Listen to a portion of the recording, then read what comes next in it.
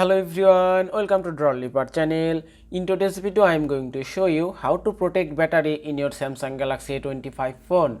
Now the first thing you have to do is go to your settings app.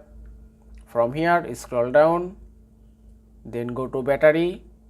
Here you can see protect battery option. Now you may ask, how does it protect the battery? When your battery goes above 80%, it is very stressful for your battery. And also when your battery goes below 20%, that is also a stressful situation for your battery.